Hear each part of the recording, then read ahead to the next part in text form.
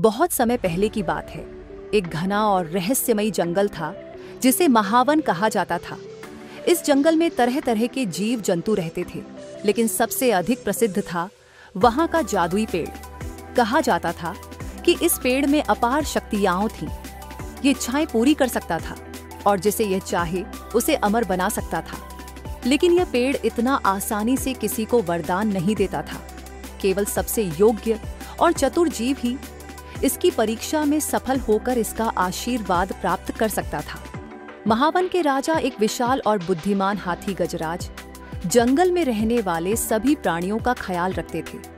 वे शक्तिशाली और न्यायप्रिय थे, लेकिन हाल के दिनों में जंगल में अजीब घटनाएं होने लगी। नदी का पानी सूखने लगा था, पेड़ पौधे मुरझा रहे थे और जानवरों को भोजन की कमी महसूस होने लगी थी। गजराज को चिंता हुई कि यह सब क्यों हो रहा है। उन्होंने जंगल के सबसे बूढ़े और ज्ञानी कछुए महागुरु कच्छप से पूछा। कच्छप ने गहरी सांस लेते हुए कहा, गजराज, यह सब महावन के जादुई पेड़ के क्रोध के कारण हो रहा है।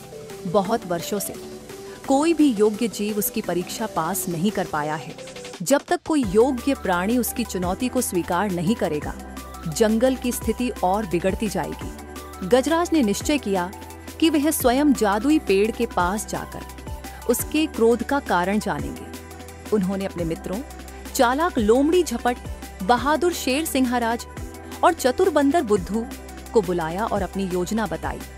सभी ने मिलकर तय किया कि वे इस चुनौती को स्वीकार करेंगे।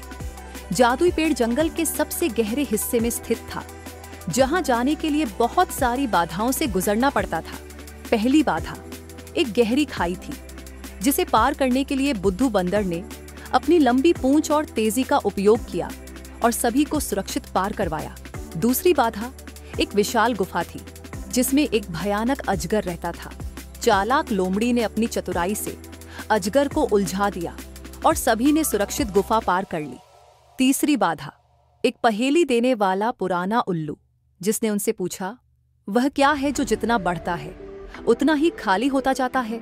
गजराज ने तुरंत उत्तर दिया, गड्ढा। उल्लू ने प्रसन्न होकर उन्हें आगे जाने की अनुमति दे दी। अंततः वे सभी जादुई पेड़ के पास पहुंच गए।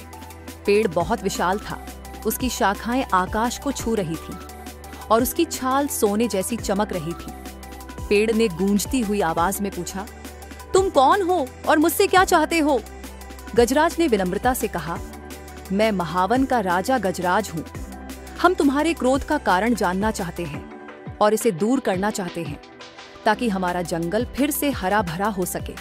पेड़ ने हंसते हुए कहा, अगर तुम सच में योग्य हो तो 3 परीक्षाएं पास करके दिखाओ। पेड़ ने एक सुंदर चमकती हुई नदी की ओर इशारा किया और कहा, इसमें कुछ भी नहीं दिख रहा, लेकिन जो इसे ध्यान से देखेगा वही इसका रहस्य जान पाएगा। शेर सिंहराज और लोमड़ी झपट जल्दबाजी में देखने लगे, लेकिन कुछ नहीं समझ पाए। गजराज धैर्य पूर्वक नदी के पास बैठ गए और ध्यान से पानी को देखने लगे। कुछ देर बाद पानी में उन्हें जंगल के सभी प्राणियों की परछाइयां दिखने लगी। उन्होंने पेड़ से कहा, इस नदी में हमारे ही प्रतिबिंब हैं। इसका अर्थ ये है कि जंगल की स्थिति हम पर निर्भर करती है। यदि हम सही तरीके से काम करें तो जंगल फिर से हरा भरा हो सकता है। पेड़ मुस्कुराया और कहा, पहली परीक्षा सफल हुई। पेड़ ने एक सोने का फल गिराया और कहा, जिसे यह चाहिए वह इसे ले सकता है। बंदर बुद्धू तुरंत फल लेने दौड़े, लेकिन गजराज ने उन्हें रोक दिया। उन्होंने पेड़ से कहा, हमें यह फल नहीं चाहिए। हमारे जंगल को इस समय लालच की नहीं, एकता और सहयोग की आवश्यकता है। पेड़ फिर मुस्कुराया और कहा, दूसरी परीक्षा भी सफल हुई। पेड़ ने अंतिम सवाल पूछा, यदि तुम्हारे पास 2 रास्ते हों, एक जो सरल हो लेकिन स्वार्थ से भरा हो और दूसरा जो कठिन हो लेकिन सभी के लिए अच्छा हो, तो तुम कौन सा रास्ता चुनोगे? गजराज ने बिना सोचे उत्तर दिया, हम कठिन रास्ता चुनेंगे, क्योंकि सच्ची भलाई कठिनाई में ही होती है। पेड़ बहुत प्रसन्न हुआ और बोला, तुमने मेरी 3 परीक्षाएं पास कर ली। अब मैं जंगल को अपना आशीर्वाद देता हूँ। जादुई पेड़ के आशीर्वाद से जंगल फिर से हरा भरा हो गया। नदी में पानी भर गया, पेड़ पौधे फिर से खिल उठे और सभी जीव खुशी से झूम उठे।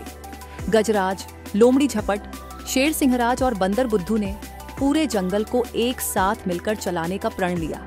पेड़ ने गजराज को एक विशेष जादुई शक्ति दी। अब वह जब भी संकट के समय अपनी सूंड से धरती पर प्रहार करेगा, एक अदृश्य रक्षक शक्ति प्रकट होगी जो जंगल और उसके निवासियों की रक्षा करेगी। इस शक्ति के कारण कोई भी बाहरी शत्रु महावन को नुकसान नहीं पहुंचा सकता था। गजराज ने इस नई शक्ति का उपयोग करके जंगल की सुरक्षा सुनिश्चित की और महावन सदा सर्वदा सुरक्षित और समृद्ध बना रहा। कहानी की शिक्षा एक धैर्य और समझदारी से हर समस्या हल की जा सकती है। 2 त्याग और एकता से समाज में सुधार लाया जा सकता है। 3 सच्ची भलाई आसान रास्तों में नहीं बल्कि सही फैसलों में होती है। 4 सच्चे नेता को अपनी शक्ति का उपयोग केवल भलाई के लिए करना चाहिए। इस तरह गजराज की चतुराई, साहस और जादुई शक्ति ने जंगल को बचा लिया और महावन हमेशा के लिए खुशहाल बन गया।